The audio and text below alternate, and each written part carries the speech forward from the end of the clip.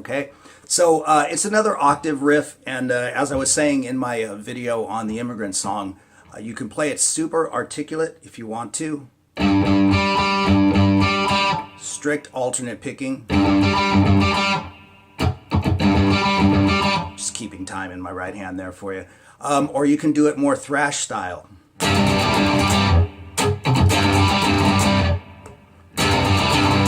Either way is perfectly fine, but the stroking, the rhythmic pattern in your right hand does not change regardless of what way you play it.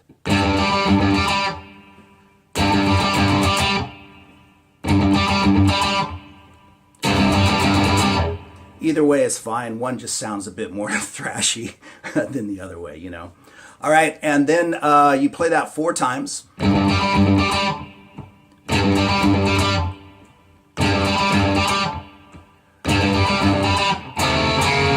And it's an F7 to an F sharp 7. It's really hard to discern from the recording if he's playing the full-on chord, but you definitely don't hear the full, you know what I mean? You don't hear the full 6-string chord in there. My ear kind of dials right into these 3 notes. And there could be the B string involved. So you can put that in there if you want to, but for my ears, mostly what I hear is 3, 1, 2, and then a half step up. It just sounds nice and nasty, you know, it's a really cool sound, all right? So we come back to the riff and we do it again.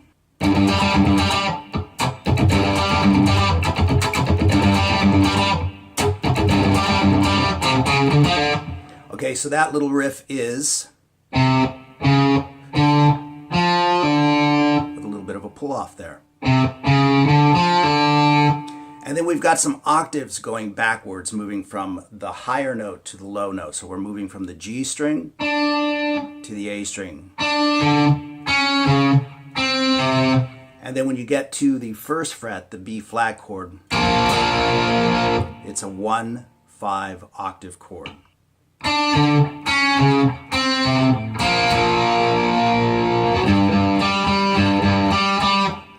And I think the picking on that, the best approach is up, down, up, down, up, down, up, down. Especially at the tempo that they're kind of blazing through this thing, right?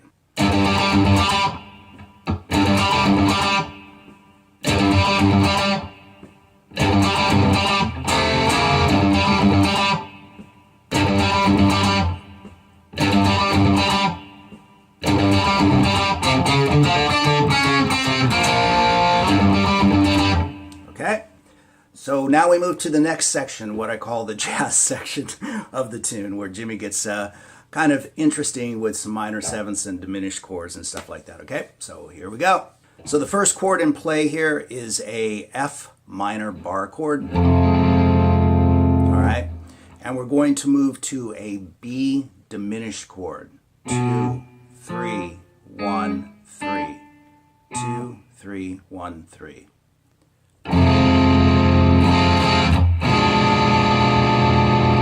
Very strange and beautiful sounding, right? So we go. Okay, and then taking this finger off, we're just going to work with those 3 notes from the chord, 3, 1, 3. And we're going to slide it chromatically, just like so.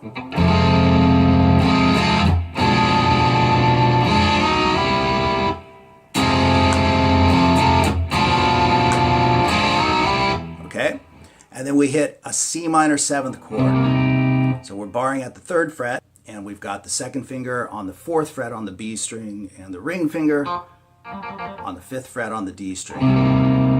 Some jazzy sounding chords for you.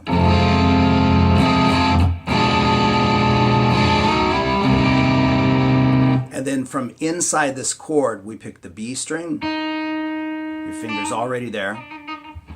And then grab the 6th fret on the B string, and then the bottom string at the 3rd fret, which is already there from the bar, of course. So now we have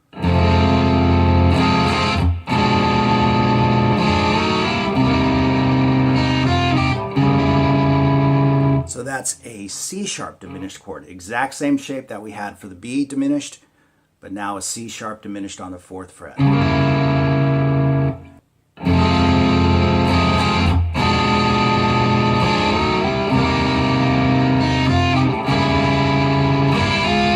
And you can see the exact same thing happen from the C sharp diminished. Grab the bottom 3 notes of the chord and slide them, okay?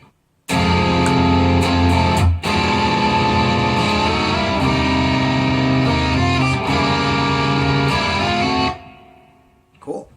And then we move into the next riff, which I just love. It's probably the most complicated in the song, so I'll sort of break it down bit by bit, okay?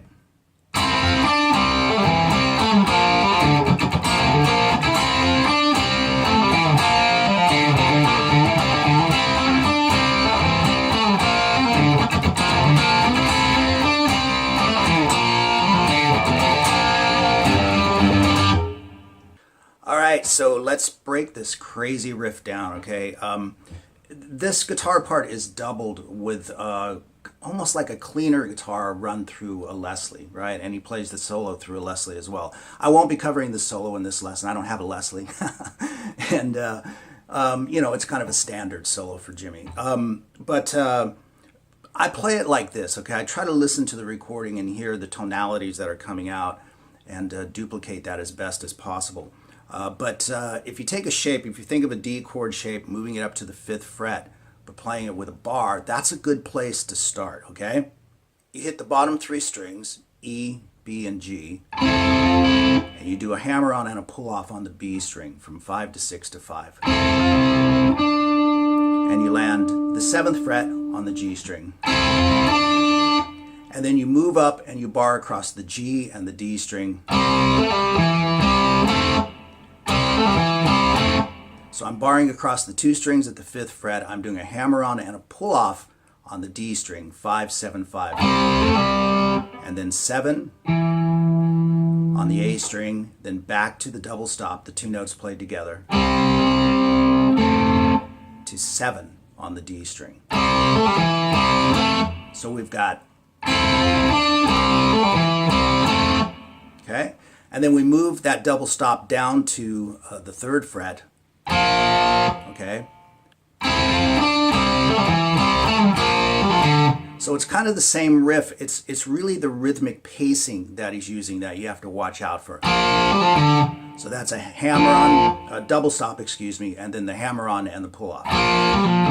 Same thing, right up to the A string. So let me play those 3 together nice and slow.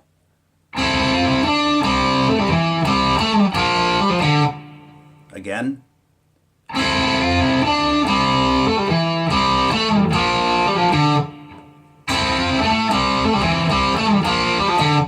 Then hit the double stop again with an upstroke of the pick, I think is the best way to go. Then hammer 3 to 5 on the A string, like so.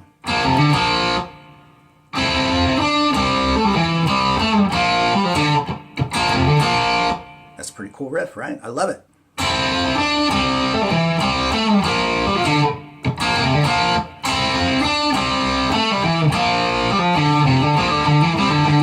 Okay, so the second riff is a variation on the first riff, obviously. We're starting off the same way,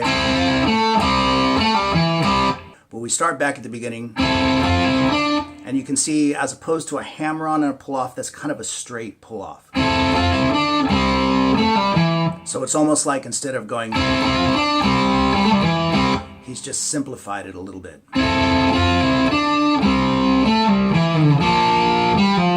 For all 3 of those patterns, okay? And then he plays this. It's a great riff, right? So you're hammering from 3 to 5 on the A string, grabbing the G and the D string at the 3rd fret, and pulling off, all right? And again, this is doubled quite heavily with a Leslie-driven guitar. In fact, it's a little bit more predominant in the mix than the main crunch guitar, right? Then from there, slide from 5 to 7 on the A string and do a pull off the same thing from the 5th fret. And there it is.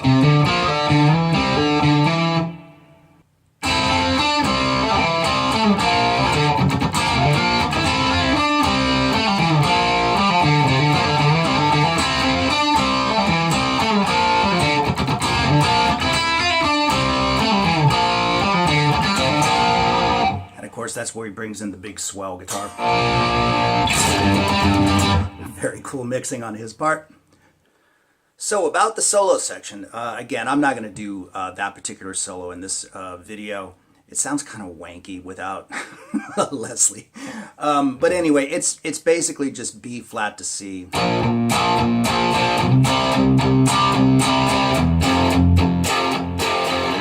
And F to G. If you listen to it carefully, you'll hear him kind of messing about with it a little bit.